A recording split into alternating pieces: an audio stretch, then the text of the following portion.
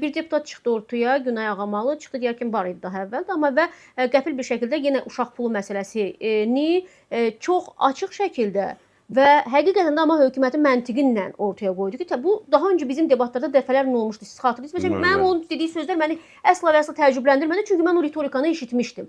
Tənbəlləşmə məsələsini, arxayınlaşma məsələsini, amma bunu zaman-zaman isidib də ortaya qoyulma məntiqini mən həqiqətən tapa bilmirəm ki, nədir? Sadəcə olaraq bu bir narrativdimi, Natiq bəy ki, yəni bu cür izah etmək lazımdır ki, insanlar tənbəlləşirlər.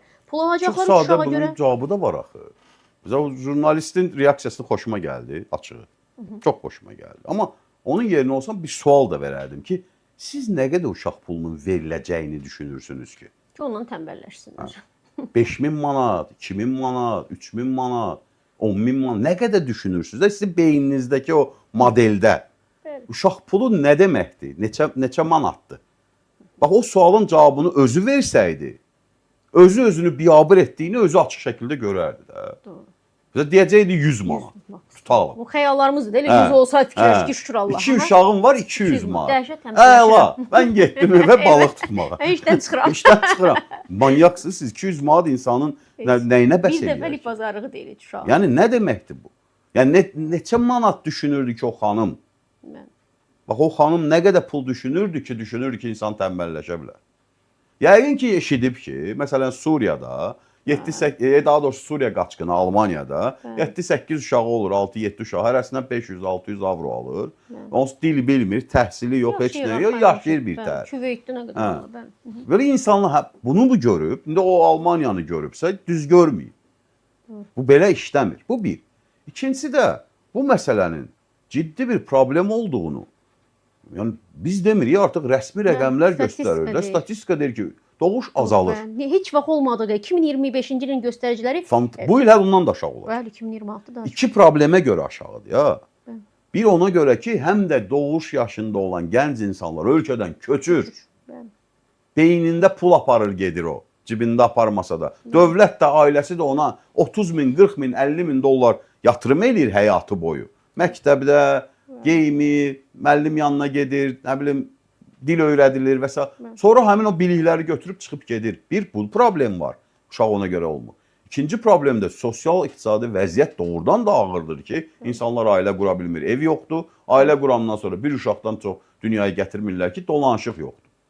Bütün bu problemlər üst-üstə gələndə, bax, bugün hökumətlər nəyə görə, dövlətlər nəyə görə, hökumətlər gəldi, gedərdi. O heç. İnşallah bunu da görəcəyik. Amma dövlət qalardı axı, dövlət bizimdir. Dövlət ağlı nədir? Dövlət ağlı 10, 15, 20, 25 illik proyeksiyalardır da. Məsələn, 2023-dən, 22-dən başlayaraq azalma var da, düzdürmü doğuşda? Əvvəl oldu 110 min, 105 min, indi 100 min də düşdü aşağı. İndi 90 neçə mindir.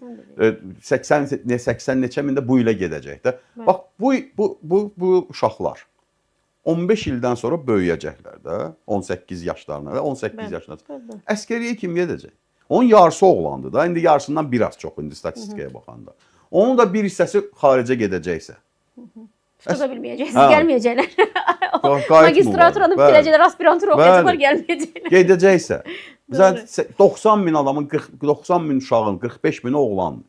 Onun da bir 10 min, 15 mini çıxıb gedəcək ölkədən, müxtəlif. 5-10 minində bir yolla əskər getməyəcək də. Bildiyimiz yollar. Kimi çağıracaq əskərliyə? Bax, bu bir problem. İkinci problem, təqaüdü necə verəcəyik? İndi hələlik altdan gələn bir bunu gizlətmir də, nazir deyəsən bunu açıqlamışdı və məmurlar vaxtda deyir, bizdə deyir, sosial dayanışma modelidir. Hər kəs dolandırır. Gənclər o işləyir, sosial müdafiə pul verir, qocalar onu alır, sonra o gənc qocalacaq, ondan sonraki gələn gənc işləyəcək, onun təqaüd pulunu verəcək. Halbuki tamamilə yanlış bir modeldir də, okey, indi deyirlər. Yaxşı, bax, bu il doğulan, son 5 ildə doğulan, bundan sonra da doğulacaq uşaq, doğuş sayı artmayacaq. Yəni, ən az yaxın illərdə artmayacaq. Bu 10 il kəsimi götürsək də, 10 il. 10 il kəsimində doğulan uşaqlar, biz qocalanda artıq işləməyə başlayacaqlar da, biz təqaüdə çıxanda. Bizim təqaüdümüzü kim verəcək? Onların sayı az olacaq, təqaüdçülərin sayı çox olacaq axı. Çünki bizdə baby boomlar da olub, yəni çox doğulan vaxtlar da olub, 2000-lərin əvvəlləri olub, 90-ların sonu olub. Onlar qocalıb yaşdaşanda təsəvvür eləyin ki, 170 min 91-ci ildə uşaq doğulub. Keçən ildə doğulub 90 min. 2 dəfə fərq var da, 2 dəfəyə yaxın. İndi təsəvvür edin, 91-ci ildə doğulan o 170 min uşaq Allah hamısına da can sağlığı verib, heç nə də olmayıb. Gəldilər, çatdılar 65 yaşa, getdilər pensiyaya. İndi bax, bugün doğulanlar işləməyə başlamalıdır ki, onların təqaüd. Bu il doğulanların sayı nə qədərdir? 90 min. 90 min işləyib 170 mini necə dolandıracaq? Boşluq var ortada. Bax, budur problemi. Yəni, məsələləri belə absurd, belə hansısa bir şov xatirinə, hansısa bir sərt sözlər xatirinə demirik. Biz bunları deyirik ki, gələcəyə baxaq da biz proyeksiyalar qurmalıyıq. 5 illik, 10 illik, 15 illik, 20 illik. Dövlət belə işləyir. Proyeksiyalar qurur. Bax, bu proyeksiyaları qurmaq üçün də ailələrə yardım lazımdır. Yardımlardan biri nədir? Uşaq pulu. Adını mənim zəhləm gedir uşaq pulu sözündən. Bax, fərqli qoymaq olar. Amma yardım, ailələrə yardım. Bax, bu yardım necə ola bilər? Biz bunu 5 il, 4 il bundan qabaq da təklif elədik ki, yaxşı da başa düşürük. Maddi yükünü başa düşürük. Gəlin addım-addım gedək də. İlk olaraq ikinci uşağa verək. Birinci uşağı ailə birtəhər planlaşdırır da. Baba istəyir, nənə istəyir, gənc ailə özü istəyir. Birinci övladı gətirirlər, hamı da kömək eləyir. Baba da kömək eləyir, nənə də. İkinci övladı planlaşdıranda barmağını dişdir ki, dolananmayacam. Gəlin onda ikinci uşağa verək də. Özü daha çox verək də. Məsələn, 200 manat verək. Sonra bir müddətdən sonra üçüncü uşağa verək.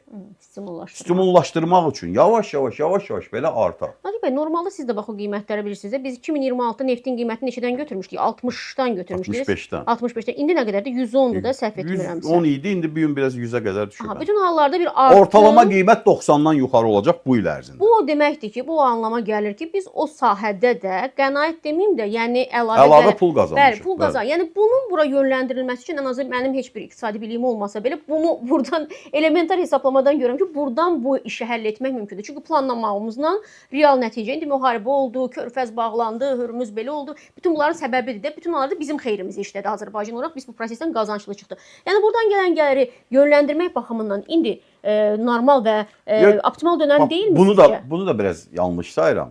İndi sizə bir əks arqument deyim. Biz belə düşünməməliyik. Bu dövlətin belə deyək, öhdəliyi olmalıdır. Bəs sabah neft 50 dollar olanda nə olacaq? Hökumət deyəcək, ya bilsən nə var? Hörmüz açıldı, uşaq doğmayın da. Elə olmamalıdır. Yəni bundan asılı olmamalıdır deyirsiniz. Əlbəttə. Bu strategiya olmalıdır. Bizim gənc ailələrə dəstək strategiyamız olmalıdır. Mənzil təminatı olsun. İndi bax Qarabağ, Şərqi Zəngəzur möhtəşəm fürsətlər yarandı. İşğaldan azad elədik torpaqları. Niyə Xankəndini yarım milyonluq gənclər şəhərinə çevirməyək ki? Qoy insanlar getsin, evi orada tikək, orada verək, faizsiz verək. Doğru. Pulsuz demirəm ha, faizsiz. Hissə ödəmək. Hə, getsin ayda 200 manat getirsin, 150 manat, amma işi gücü də olsun. Gül belə fantastik gözəl şəhərdir. Xankəndin ən çox sevdiyim Xankəndi oldu mənim, gəzdiyim yerlər arasında. Həm təbiəti, həm erməni bilirdi də harada yaşamaq lazımdır. Bundan eləyək yarım milyonluq gənclər şəhəri. İşi olsun, gücü olsun, maaşı olsun, evi olsun. Bilirsiniz, uşaq pulunun başqa formaları da var. Bizdə elə bilirlər ki, uşaq pulu deməkdir ki, sən getdin pulu aldın, get hara istəyən xərclə, elə deyil. Məsələn, Polşada, Almaniyada sən hər ay aldığın pula görə hesabat verirsən hökumətə. Sən gedib ona iPhone ala bilməzsən. Məsələn, Polşada 500 zlotovdur da, bu da təqribən 140-130 avro eləyir də bir uşağa görə. İndi bizim pula çevirəndə 300 manata yaxın eləyir təqribən. Amma sən o 300 manatı götür, məsələn, ana götürdü, getdi, nə bilim, özünə saç əkdirdi. Elə şey olmur. Sən hər ayın axırı onun hesabatını verirsən axı. O uşağa xərclə. Almaniyada da elədir. Skandinav ölkələrində elədir. Yəni, bütün bunlar ya belə eləyirsən, ya da bir çox məsələlərlə bağlı hamıya eyni qaydada güzəşt tətbiq edirsən. Məsələn də, ən çox nəyə pul xərcləyir gənc ailə uşaq dünyaya gələndə? Uşaq yeməklərinə, paltara. Pampersə və s. Pampersə.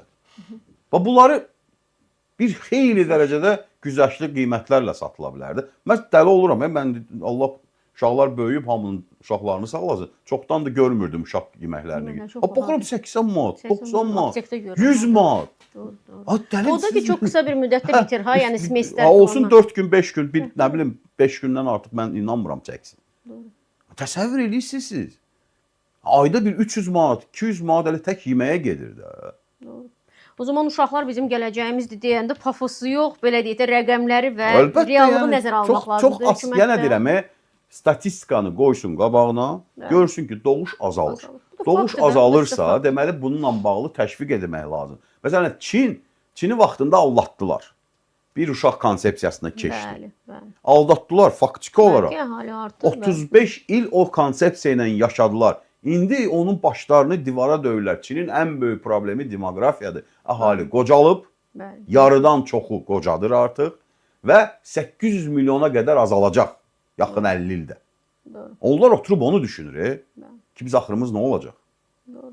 Biz də indidən düşünməliyik və bunlar hamısı çox önəmli məsələlərdir. Mən sizə çox təşəkkür edirəm bu təşəkkür maraqlı edirəm. söhbət Sağ olun. üçün.